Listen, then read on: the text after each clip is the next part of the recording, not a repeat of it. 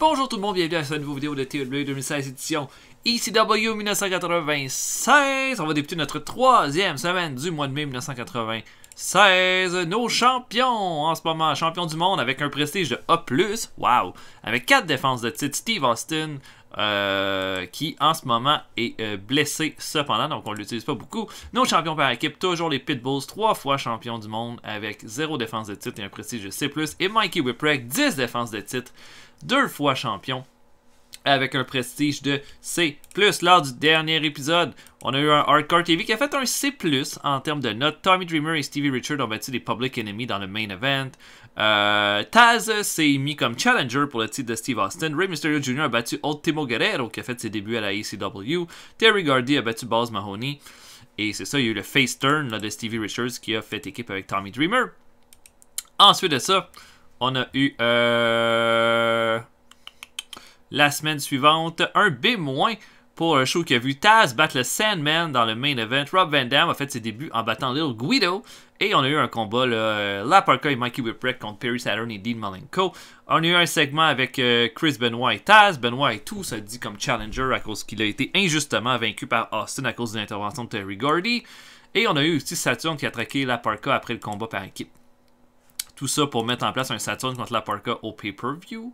Et Mikey Whipwreck va affronter Dean Malenko pour le titre télé. Donc voilà pour ça. On va avoir un main event entre les Chair Swinging Freak, Axel Rotten et Balls Mahoney contre Chris Benoit et Terry Gordy pour le prochain Hardcore TV. Et voilà. Creative Meeting, nos joueurs de franchise, Steve Austin, Sabu, Terry Funk, Terry Gordy, Tommy Dreamer, Next Big Thing, Rey Mysterio Jr., Rob Van Dam, Taz, Vampire Warrior et Nova. Nos Hot Prospect, Mysterio Jr., GBL, Rob Van Dam, Nova et Psychosis. Meilleur au micro, Stallone, mais sinon c'est Steve Austin, Sandman et Raven pour les lutteurs.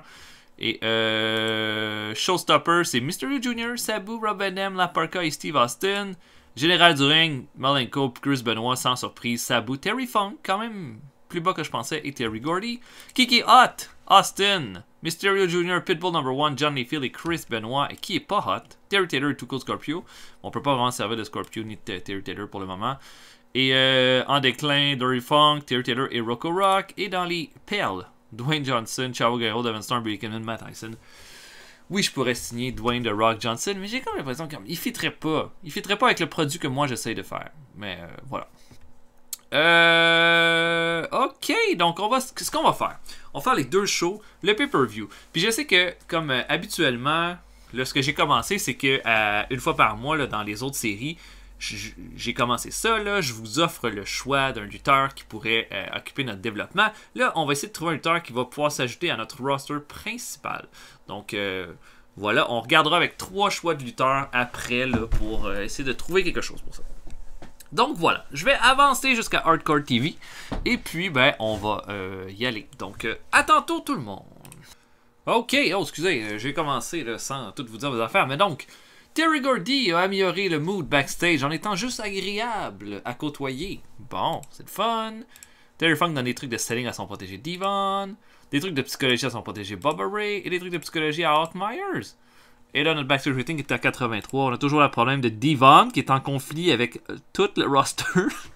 Ok, bon, on va essayer quelque chose.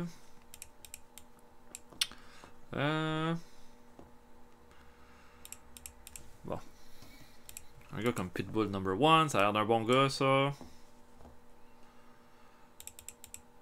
Je sais pas, avec un gars comme Tommy Dreamer? Non. Ok. Donc, je book Main Event Tag Team Match Chair Swinging Freak contre Chris Benoit et Terry Gordy. On se voit tantôt, à plus tard, tout le monde. Ok, on débute ça en pre-show alors que le 911 affronte Little Guido. C'est juste un combat d'un gros gars contre un petit gars. Donc 911 rapidement, 5 minutes, là, va courir après Guido qui finalement va lui mettre la main à la gorge pour lui faire son chokeslam. Pas grand chose à dire de ce combat-là. Des plus. Pas une grosse performance du 911 en tout cas. Ensuite, en pre-show, King Kalua et Todd Champion, 2 lutteurs locaux, affrontent les Public Enemy qui vont faire un combat correct, des performances de C, avec le drive-by sur Todd Champion pour terminer le tout. Ça va bien. On commence le show cependant avec un combat entre le Tommy Dreamer et le Devil Warrior. Combat hardcore entre les deux lutteurs qui vont bien faire ça. Et puis à un moment donné, Vampire Warrior va intervenir là, dans le combat. Dreamer va le repousser. Stevie Richards va rentrer dans le ring, va faire un Stevie Kick au Devil Warrior. Et puis quand il va se retourner, Dreamer va faire un DDT pour la victoire. L'association entre Dreamer et Stevie Richards semble être un succès total. Tommy Dreamer améliore sa technique avec ce combat-là. Et ça va nous mener à un combat Dreamer-Stevie Richards contre les Malevolent au pay-per-view. On a ensuite Taz qui affronte Jason Knight. Malheureusement, les deux gars n'ont pas une bonne chimie ensemble, donc ça fait un combat awkward. Et Taz, sa gimmick marche pas. Il va falloir changer sa gimmick après le combat. Donc Taz va l'emporter quand même facilement à 12 minutes 1 avec son Taz Mission. Mais voilà, il y a plein de négatifs. Même que Taz est sur des painkillers. En tout cas. Ensuite, Joel Gertner est avec les Dudley Boys. Et puis, il dit que maintenant, les Dudley Boys sont prêts à la prochaine étape. L'étape naturelle de l'évolution des Dudley Boys, l'équipe la plus en vogue à la ECW. Et il dit que tout ce qu'il veut, c'est un combat pour ses poulains contre les Pitbulls au pay-per-view. Et que ce combat-là va être un vrai massacre pour les Dudleys. Dès seulement. Ça sera pas un gros show, ça, jusqu'à là. Et notre main event, les Chair Swingers affrontent Chris Benoit et Terry Gordy. J'ai mis un big brawl pour ce combat-là. La seule personne qui a mal géré la pression, c'est Terry Gordy. Les autres ont toutes bien fait. Chris Benoit, Axel Rotten ont dit que c'était bien pour ce genre de combat-là. Au niveau des performances, Chris Benoit a été vraiment bon avec un B, C pour Terry Gordy, C- pour Mahoney, D+, pour Axel Rotten. Dans tous les cas, un bon main event. La rivalité qu'on a avec le 4-way gang en heat. Et donc, qu'est-ce qui arrive? Terry Gordy va faire abandonner Axel Rotten à 13 minutes 44 pour terminer le combat. Axel Rotten améliore son performance skill. Et après le combat, Steve Austin se pointe pour dire que il a entendu tout le monde. Tout le monde veut une chance pour le titre de la ECW. Taz veut une chance pour le titre de la ECW. Chris Benoit, Terry Gordy qui va encore se faire botter le cul. Chris Benoit, la même chose. Il les prend toutes, les trois. 4-way match au prochain pay-per-view. Ça va lui faire plaisir de botter le cul de tout le monde. Et c'est là-dessus qu'on termine le show. Ah oui, j'ai oublié les madames. Les attractive women. Ah, c'est mon erreur. C'est mon erreur. Faut pas que j'oublie. Prochain show, j'oublierai pas. Ne vous en faites pas. Donc un C. Ce qui est quand même vraiment bon pour une promotion de notre type. Donc, Misawa. On n'a aucune chance de signer Misawa, fait que je m'essayerai même pas. Taz dit qu'Axel Rotten ne connecte pas avec les fans. Bon, probablement qu'Axel Rotten ne connecte pas tant que ça avec les fans, mais on s'entend, là. C'est pas grave. Oh, Axel Rotten est vraiment pas content. Hein? Il est angry. Prends ça, Axel. Je veux pas que tu partes. Bon, il est devenu juste annoyed. Ok. Prochain show. Moi, j'irai juste avec un combat en simple. Steve Austin est encore blessé. On a eu pas mal de Taz dernièrement.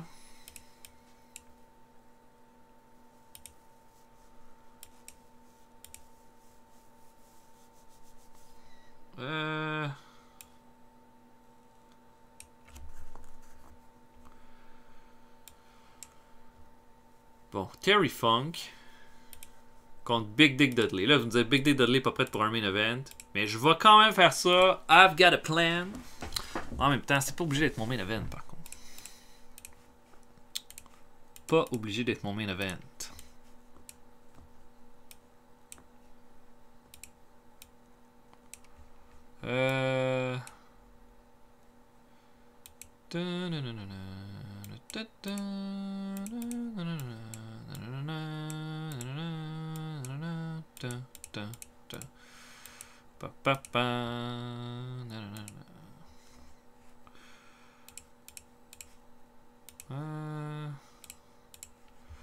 Pour être Sabu contre Anywhere, contre Anyone Else. On n'a pas utilisé Sabu pantoute. Sabu Raven. Sabu Saturn, non. J'ai déjà fait un Sabu Mustafa. Ça a été un bon match. Mais là, peut-être que je vais essayer d'y aller avec quelqu'un d'autre. Tiens, contre Johnny Grunge. Ça va être un bon match hardcore, ça. Un bon main event. OK. Donc, dans 6 jours, ce sera Hardcore TV. On se revoit à ce moment-là. À tantôt, tout le monde. OK, donc, notre backstage rating est toujours à 82. On va essayer de remédier à ça, au moins l'améliorer un peu. Qu'est-ce que tout le monde aime Stevie? On va s'arranger pour faire un ami avec Stevie. Mettons Steve et J.D. Smith. Yes! Une amitié de plus! Steve Richard et J.D. Smith. Donc, ouais. Donc, 83%. On va y aller. Notre main event va être Sabu contre Johnny Grunge. Mais on va également avoir un match entre Terry Funk et Big Dick Dudley. On y va. Et puis, on se voit après. À tantôt, tout le monde. OK, on commence ça alors que King Kalua, notre jobber local, qu'on utilise quand même assez là, depuis certains épisodes, affronte Bubba Ray Dudley. Je me suis dit, je vais essayer de donner quelques combats en simple, là, voir comment il se débrouille. Et puis à 6 minutes 38, là, Bubba Ray Dudley va l'emporter avec le Bubba Bomb. Performance de D+, pour Bubba Ray Dudley. J'essaie juste de le mettre over, en fait. C'est ça mon défi. Ensuite, les Chair Swinging Freak affrontent l'équipe de Wrecking Crew Fury et le Little Guido. Fury qui est un lutteur local aussi. Et là, le Guido va être super arrogant parce qu'il va avoir un gros gars pour le protéger durant tout le combat. Ce sera pas... Et en plus, Wrecking Crew Fury et Guido ont une excellente chimie en équipe. Ce sera pas assez cependant puisque Boss Money va faire un ball breaker sur Wrecking Crew Fury pour la victoire.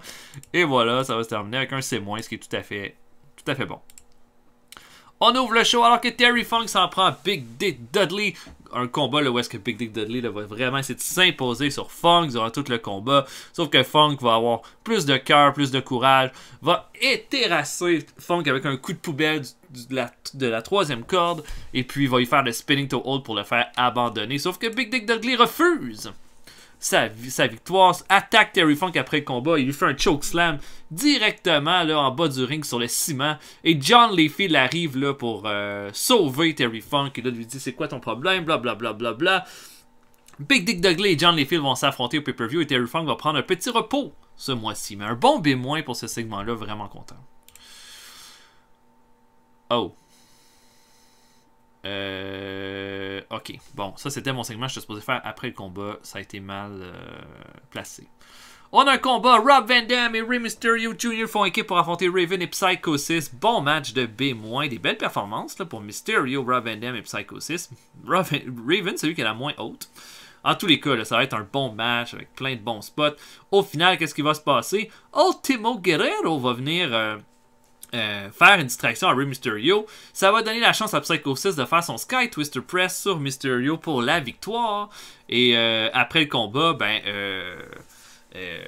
Rob Van Dam veut voir l'état de Mysterio, sauf que Raven va l'attraper la tête et va lui faire un Even Flow DDT bien solide. Et là, ça va terminer là-dessus. Donc, d'un côté, on va avoir Raven qui va affronter Rob Van Dam au pay-per-view. Et un triple threat entre Rey Mysterio Jr., Psychosis et Ultimo Guerrero dans notre espèce de triple threat de Cruiserweight, là, qui est une tradition ECW. Donc, voilà, B-, bien content. Sabu affronte Johnny Grunge, finalement. C'est un peu plus un exhibition là, pour Johnny Grunge dans ce combat-là, mais c'est notre main event et puis ça va vraiment bien. Sabu va l'emporter avec un Arabian Facebuster à 13 minutes 2. C'était j'ai mis un big brawl pour ce combat-là. Donc un bon B. Performance de B+ pour Sabu dans ce match-là. Il va l'emporter clean et après le combat, le Sandman va arriver et les deux vont se faire face. On sait que là, ça va se terminer entre les deux au prochain pay-per-view. Sabu lève sa canne dans les airs devant Sabu, alors que Sabu lui pointe le ciel avec son fameux geste de la ECW. On termine le show comme ça. Un excellent B pour le show. Et bien content de tout ça.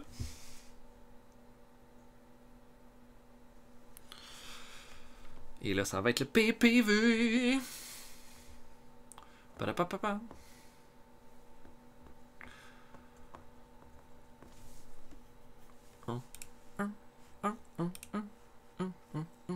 Oh, Mysterio a besoin d'un peu de repos.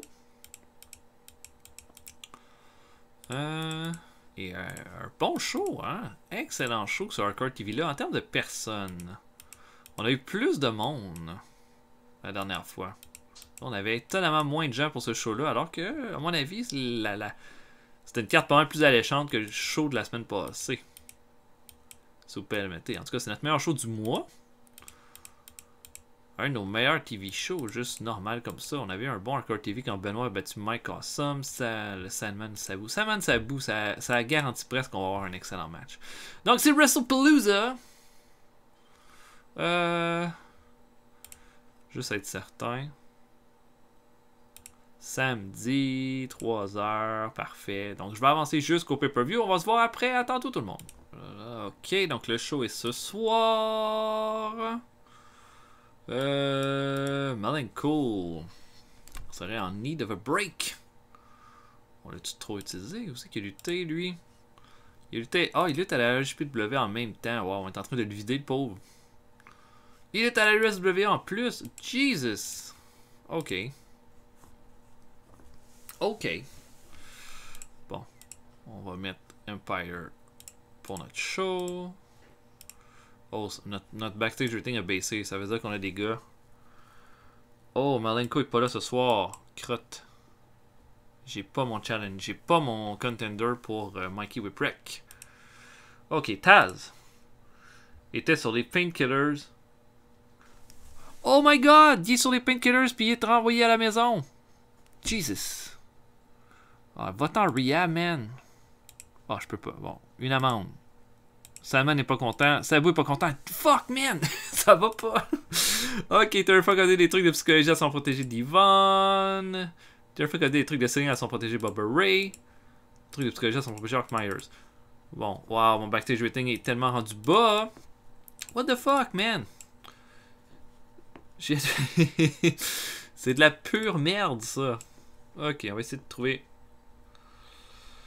une amitié pour Terry Runnels, Bubba Ray. Yes, sir! Nouvelle amitié, Terry Runnels et Bubba Ray. Ok, donc. J'ai pas Taz. C'est pas la chose à pire, ça. Mais Dean Malenko. Ça me fait chier. Ok, bon, j'ai ma solution. Donc. Ok. Je book le pay-per-view. Donc, main event. Steve Austin contre Terry Gordy contre Chris Benoit. Championnat par équipe. Les Pitbulls contre les Dudley Boys. Et championnat télé, ça va être un mystère et boule de gomme. Donc, je book ça et on se voit après. À tantôt, tout le monde. Ok, je sais pas comment ça va se dessiner, ce pay-per-view là, mais j'ai vraiment fait du mieux que je pouvais selon les circonstances avec Taz et Dean Malenko qui n'étaient pas présents. Donc on va commencer en pre-show avec nos pas bookés là, qui s'affrontent. Nova 911, J.D. Smith affronte Hawk Myers, Little Guido et Mustafa. Bon petit match. Meilleure performance revient à Mustafa avec un D+. Au final, c'est les Faces qui vont l'emporter quand 911 va recevoir le chokeslam de Little Guido une fois de plus. Hawk Myers se serait blessé au dos cependant avec ce combat-là, mais aurait amélioré sa technique en même temps. Ok, on va espérer que ce soit pas trop grave. Et deuxième combat de pre-show, Terry Taylor affronte Jason Knight. Terry Taylor va faire un sunset flip à 9 minutes 46 pour l'emporter. Pas grand chose à dire sur ce combat-là, à part que Jason Knight améliore sa technique. Bravo! On ouvre le show! Les championnats par équipe, les Pitbulls affrontent les Dudley Boys. Bon match de B- pour commencer ça. Et puis, dans un bon combat bien relevé, les Pitbulls vont faire le double powerbomb sur Bubba Ray pour l'emporter. Devon va améliorer son performance skills. C'était plus un combat pour le mettre dans des bons matchs qui va leur permettre de bien se développer. Surtout pour Bubba Ray, là, parce que c'est ça, probablement ça qui fait que je les ai pas mis champions. C'était que Bubba Ray est encore un opener, puis qui est pas over du tout, mais qui a fait une pas mauvaise performance avec un C-. Donc, les Pitbulls demeurent champions. Ensuite, la Parka affronte Perry Saturn. Bon match de C+ entre les deux lutteurs. Imaginez ça, là, quand même. Des beaux moves, de la belle petite lutte, quelques mouvements de haute voltige. Et finalement, Saturn surprend la Parka avec un Saturn Bomb et l'emporte. Saturn, c'est un peu un projet, là, donc on veut qu'il se développe bien. Et voilà, c'est pourquoi là, je continue de le mettre over avec des victoires comme ça. Et maintenant, regardez ça. On a transformé le Triple Threat en 4-way match alors que les trois lutteurs sont sur le ring. Mikey Whipwreck se pointe avec Miss Elizabeth et dit qu'il n'a pas de combat pour ce soir, mais il va se trouver le moyen d'en avoir un. Donc, il s'ajoute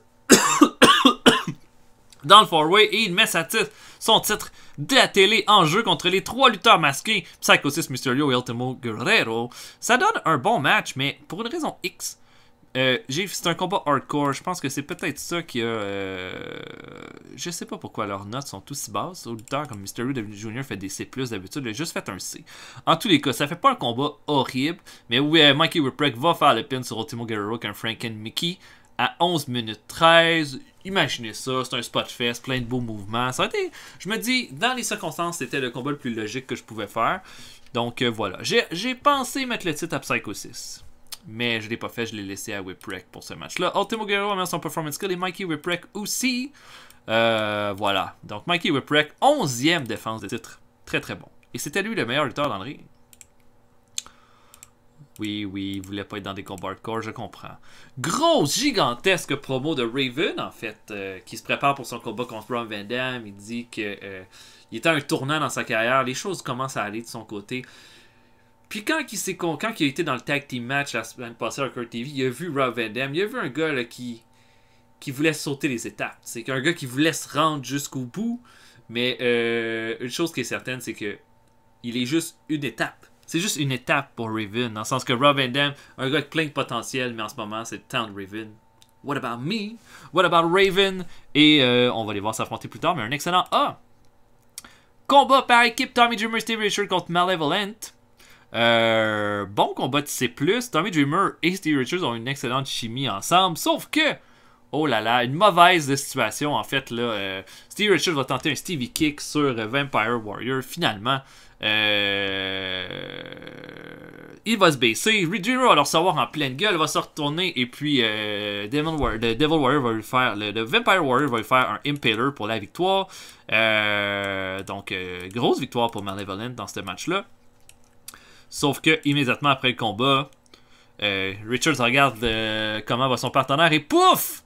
Le surprend avec un low blow et lui fait un DDT. Double turn durant le mois. Steve Richards est devenu face. Tommy Dreamer devient heel. Et Tommy Dreamer heel à la ACW, c'est pas quelque chose qu'on a connu souvent. Donc voilà. C'est moins seulement pour ce segment-là. Sandman se prépare contre ce combat contre Sabu. Il dit que ça va être un combat for the ages. Le combat ultime, un last man standing match contre Sabu. Et le gagnant sera la vraie icône de l'hardcore. B-, c'est très bien. Et là, ils s'affrontent. Et là, ça m'a fait chier. Pourquoi? Parce que Sabu voulait pas perdre contre le Sandman dans ce combat-là. Et à mon avis, c'était le Sandman qu'il fallait que je fasse gagner. Là. Les deux vont s'affronter dans un gros brawl, vont utiliser plein d'objets, vont s'en mettre plein la gueule durant tout le combat. Finalement, Sandman va faire un White Russian Leg Sweep du haut de la troisième corde à travers une table pour que... Pardon, je viens de roter. Pour que Sabu ne se relève pas. Ça fait un combat de B- quand même, mais j'aurais aimé plus. Ouais, oui, c'est ça. Johnny Grunge et Rocco Rock sont sur le ring ensuite. C'est des Heat Magnets, tout le monde les déteste. Et ils disent que c'est une vraie honte qu'ils n'aient pas eu une autre chance contre les Pitbulls, comme s'ils n'en avaient pas eu assez. Donc, ils font un Open Challenge à qui voudra bien les affronter ce soir. Et les Cheers Swinging Fruit arrivent, chaise à la main, et ça commence. Gros brawl entre les deux équipes. Bing, bang, boom, ça se donne des coups de chaise, des coups d'attaque avec n'importe quoi qu'ils peuvent trouver. Et puis, finalement, Balls Mahoney va surprendre Rocco Rock avec un Nutcracker Suit pour la victoire. Des belles performances de tout le monde, à part Axel Rotten qui a fait un D+, mais c'est pour Balls Mahoney, c'est pour Rocco Rock et c'est plus pour Johnny Grunge. On se dirige vers un effacement des Public Enemy. Comme ils ont eu leur chance, puis ils ont pas mal fait, mais Rocco Rock est vraiment en pente descendante, puis on va sûrement faire des quoi avec Johnny Grunge plus tard, mais les Public Enemy vont être un peu plus pour mettre d'autres équipes over pour le moment. Rob Van Dam affronte Raven dans les circonstances. Bon match, B-. Je sais pas pourquoi seulement un B-, par contre ça me dit juste que les annonceurs ont pas beaucoup d'expérience, mais en tous les cas, Ça fait un bon match de B-. Raven va l'emporter clean à 12 minutes 40 avec son Raven Flow DDT. Mon avis, Raven est en pleine montée, donc il avait besoin de cette victoire-là. Rob Van Dam a son performance skill et Raven aussi avec ce match-là. John Layfield affronte Big Dick Dudley, gros combat, et les deux vont donner tout ce qu'ils peuvent. Tout ce qu'ils peuvent dans ce combat-là. C'est pas nos deux lutteurs les plus hot. Au final, qu'est-ce qui va se passer? Big Dick Dudley va l'emporter après une intervention de Joel Gertner. Il va faire son chokeslam, son Total Penetration à John Layfield à 12 minutes 28. Heureusement, Terry Funk va arriver. Il est en mauvais état avec un neck brace, mais va donner un coup de chaise à la terre à Joel Gertner. Et va baisser les cordes quand Big Dick Dudley va devoir l'attaquer. Et c'est comme ça qu'on va terminer le segment. Seulement D+, par contre. Joel Gertner qui fait baisser tout ça. Et notre main event. Steve Austin affronte Chris Benoit et Terry Gordy dans un triple threat. Et oh, surprise, surprise, Chris Benoit l'emporte, surprend en fait, le réussit à faire abandonner Terry Gordy avec le crossface alors que Austin était en bas du ring. Chris Benoit devient le champion de la ECW après une belle performance.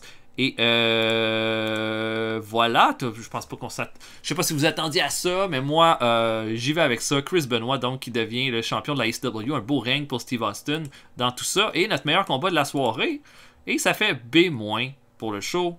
Ultimo Guerrero a été trop utilisé. On augmente notre popularité dans une région. Je pense que pour Steve Austin, ben, Chris Benoit a fait un beau travail. Fait que, on va pouvoir dire belle performance. J'écoute Craven reçoit quelque chose. Il a été vraiment bien aussi. Pour le reste, j'aurais tendance à dire Sandman. Belle performance aussi. Non, Sandman n'a pas fait une belle performance. C'est Sabu qui a fait une belle performance. Donc, une belle performance pour Sabu. Chris Benoit est content. Raven est content. Sabu est content. Tout le monde est content.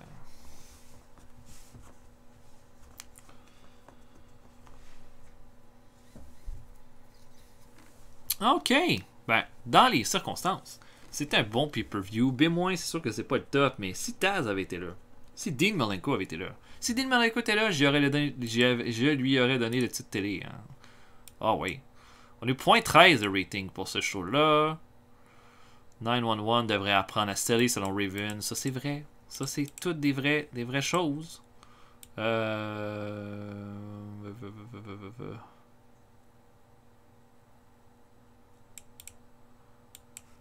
Donc, Chris Benoit devient champion de la ECW. Pitbulls ont une défense, encore une fois, pas vilain. Bon, je vais avancer d'une journée, juste pour voir combien d'argent j'ai fait. Et après ça, on va regarder les 3 lutteurs que je vous propose.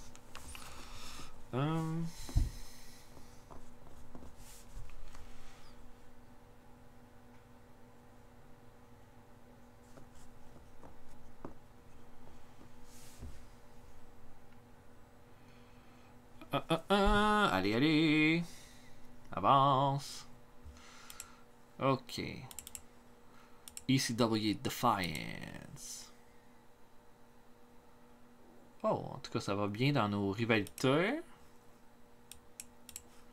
On a fait 92 000 en profit, quand même. On a fait plus de tickets sale. On a dépensé 12 000 de plus pour nos lutteurs. On a eu moins de nos sponsors, mais quand même. 92 000, c'est notre meilleur mois. Jusqu'à date. OK, donc. Ce que je propose. Je vais vous proposer 3 lutteurs. Selon moi, 3 lutteurs qui peuvent ajouter à ma vision des choses. Donc. Et à toutes les fois que je vais vous proposer un lutteur, je vais m'assurer qu'il y ait au moins un ancien lutteur de la ECW dans cette liste-là. Donc, voilà. Je vous propose donc 3 lutteurs. D'abord, je propose Monsieur Aguila. Monsieur Aguila qui est aussi connu comme qui a été Aguila, mais qui est aussi Esadios à la WWF. Lutteur super talentueux. Pourquoi je prends Monsieur Aguila? Parce qu'on est dans une espèce. Je pense qu'on est en train de faire une division comme Cruiserweight d'une qualité exceptionnelle à la ECW. Je pense qu'Aguila pourrait ajouter à ça. Si On n'est pas tant pour l'utiliser. Ça se pourrait que je l'ajoute comme juste un mois dans un triple threat où j'utilise pendant un mois juste pour voir un peu ce qu'il vaut. Mais on pourrait le signer comme à temps plein si c'est ça qui vous intéresse. Donc voilà, je vous propose M. Aguila. L'autre que je vous propose. Peut-être que lui, lui je pense que c'est le plus connu dans les trois que je vais vous nommer. C'est un gars avec beaucoup de popularité. C'est Abdullah le Butcher. Abdullah le Butcher, à ce stade-là, il a 55 ans. Il est assez fini. Mais je pense qu'il y aurait quand même quelque chose de cool à faire avec lui pendant peut-être 2-3 mois. Où est-ce qu'il pourrait être un régulier dans le roster. Étant donné qu'il y a beaucoup de charisme, beaucoup de star quality, qui fait peur, il y aurait certainement quelque chose à faire avec lui. Donc, Abdullah Butcher pourrait également être... Lui, ce serait peut-être pas du long terme, par contre. Ce serait peut-être quelque chose de 2-3 mois, mais ça pourrait être un ajout qu'on fait dans le roster. Et sinon, le dernier, qui est un ECW Originals, ou un gars qui a déjà lutté à la ECW, c'est Vic Grimes. Vic Grimes, c'est un gros heavyweight, là, qui est vraiment un spécialiste des combats hardcore. C'en est un qui fitterait quand même possiblement très bien dans notre roster. Donc, puis c'est un gars qui a beaucoup de bonnes capacités dans le ring. Possiblement un gars qui pourrait avoir une place dans le roster. Peut-être pas comme un main event, mais possiblement. Dans les trois cas que je vous donne, Mr. Aguila servirait peut-être plus en mid-card, Vic Grimes serait un projet à long terme, puis Abdullah Butcher serait probablement au top pendant 2-3 mois. Donc, dites-moi dans les commentaires, là, qui est-ce que, dans ces trois lutteurs-là, que vous pensez qui pourraient ajouter les choses les plus intéressantes, que vous préfériez voir dans le roster, puis je vais le signer. Pour le reste, ça se peut que je fasse une signature comme ça, le pouf pouf, là, juste pour une petite surprise pendant le mois. Mais voilà, les trois choix que je vous donne. Monsieur Aguila, Abdullah Butcher et Vic Grimes. Donc voilà pour ça, j'espère que vous avez apprécié, on va se revoir pour un prochain épisode. Bientôt, mon nom est El Retro de Pile Driver et je vais vous souhaiter une excellente journée. Passez une bonne journée à vous. Salut tout le monde, à la prochaine.